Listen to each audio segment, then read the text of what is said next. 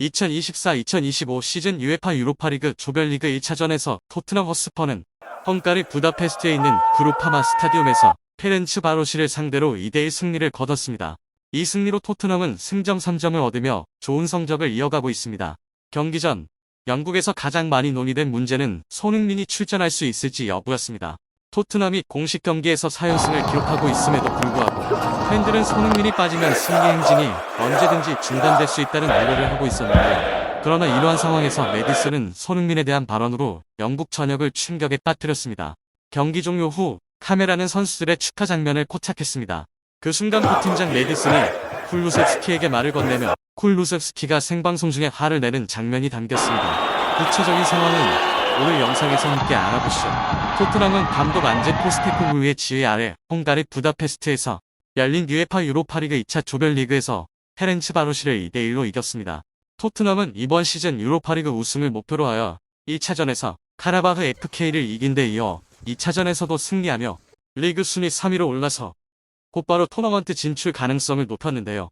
이번 시즌부터 새롭게 도입된 유로파리그 방식에 따라 8위 안에 들어야 플레이오프 없이 토너먼트에 직행할 수 있습니다.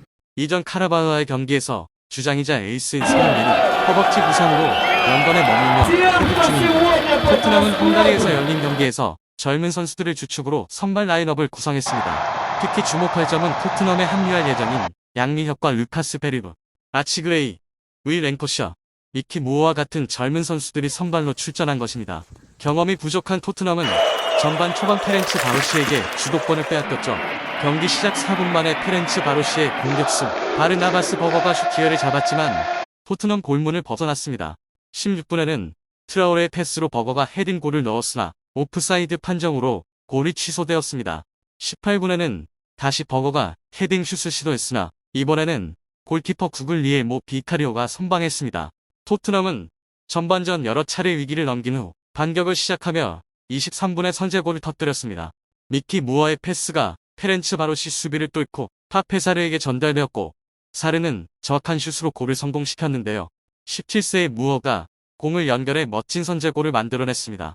토트넘은 여전히 페렌츠바로시에게 몇 차례 기회를 허용했지만 무어와 사르의 활약으로 전반전을 1대0으로 마무리했습니다. 후반전도 전반전과 유사하게 진행되었으며 토트넘은 초반에 주도권을 상대에게 넘겼지만 점차 경기를 장악했습니다. 후반 3분 페렌츠바로시의 살다나가 강력한 슛을 시도했으나 골키퍼 비카리오가 다시 한번 선방했습니다. 8분에는 부주장 크리스티안 로메로가 헤딩 슛으로 반격했으나 득점으로 이어지지 않았죠. 토트넘은 계속해서 몇 차례 추가 득점 기회를 얻었으나 손흥민을 대신해 투입된 티모 베르너가 결정적인 찬스를 놓치며 여전히 아슬아슬한 리드를 유지했습니다. 결국 감독 포스테코글루는 베르너를 교체하고 제임스 메디슨, 데얀 쿨루셉스키, 브레넌 존슨과 같은 핵심 선수들을 투입했습니다. 포스테코글루 감독의 결정은 적중했습니다. 교체 투입된 존슨은 결승골을 넣었습니다.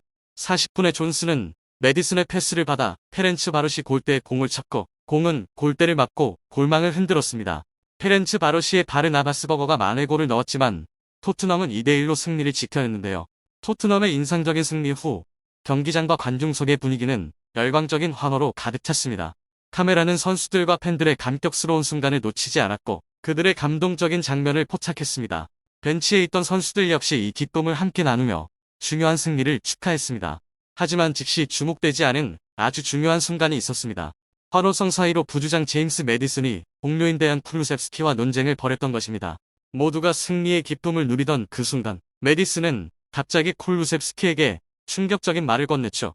카메라에 포착된 장면에서 메디슨은 난 토트넘이 과연 손흥민을 정말로 필요로 하는지 궁금한다고 말했습니다. 이 말은 쿨루셉스키를 충격에 빠뜨렸습니다. 토트넘의 주장 손흥민은 팀의 심장으로 경기장 안팎에서 큰 영향력을 미치는 선수로 평가받고 있었습니다. 그 순간 쿨루셉스키는 메디슨의 말에 격렬하게 반응했습니다. 생방송 중 쿨루셉스키는 화를 내며 닥쳐라고 즉각적으로 대응했습니다. 소셜미디어는 이 영상이 퍼지자마자 순식간에 토트넘 팬들과 축구계가 이 사건을 알게 되었습니다. 메디슨의 말은 팬들 사이에서 강력한 반발을 불러일으켰는데요. 팬들의 분노는 메디슨의 발언에 대한 비난뿐만 아니라 손흥민에 대한 절대적인 지지로 이어졌습니다. 손흥민은 많은 사람들에게 단순한 선수가 아닌 헌신의 상징이자 토트넘의 수많은 영광의 순간을 가져다준 선수로 여겨졌기 때문에 도주장인 메디슨의 부적절한 발언은 용납할 수 없었습니다. 팬들의 분노는 메디슨에 대한 항의로 그치지 않고 소셜미디어 상에서 폭발적으로 나타났습니다. 수천 개의 댓글이 달렸고 대부분이 메디슨에 대한 실망감을 표현하며 손흥민에 대한 사랑과 지지를 나타냈죠. 토트넘 팬들은 메디슨의 발언이 용납될 수 없는 일이라며 많은 사람들이 그가 공개적으로 사과할 것을 요구했습니다. 팬들은 메디슨과 같은 새로 합류한 선수가 팀 주장인 손흥민을 이토록 무례하게 평가할 수 있다는 사실을 이해할 수 없었습니다. 이 사건은 팬들뿐만 아니라 주요 언론 매체에서도 큰 화제로 떠올랐습니다.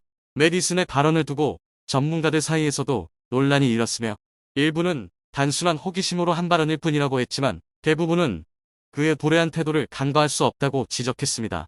경기 결과는 긍정적이었지만 메디슨의 발언이 불러온 내부 갈등의 여파는 뚜렷했는데요. 메디슨과 팀 동료들, 특히 손흥민 사이의 관계가 어떻게 될 것인지는 여전히 큰 의문으로 남아 있습니다. 이와 더불어 대한민국 축구 국가대표팀의 주장 겸 주축 선수인 손흥민은 10월 국제 친선 경기 출전 여부가 불투명한 상황에 직면해 있습니다. 손흥민은 지난달 30일에 있었던 맨체스터 유나이티드와의 프리미어리그 6라운드 경기에도 출전하지 않았고 이번 유로파리그 페렌츠 바로시와의 경기도 결장했습니다. 손흥민이 7일에 있을 브라이튼 앤 호브 알비온과의 경기에 출전할지 여부는 아직 미지수지만 현재로서는 완전한 회복이 이루어지지 않은 것으로 보입니다.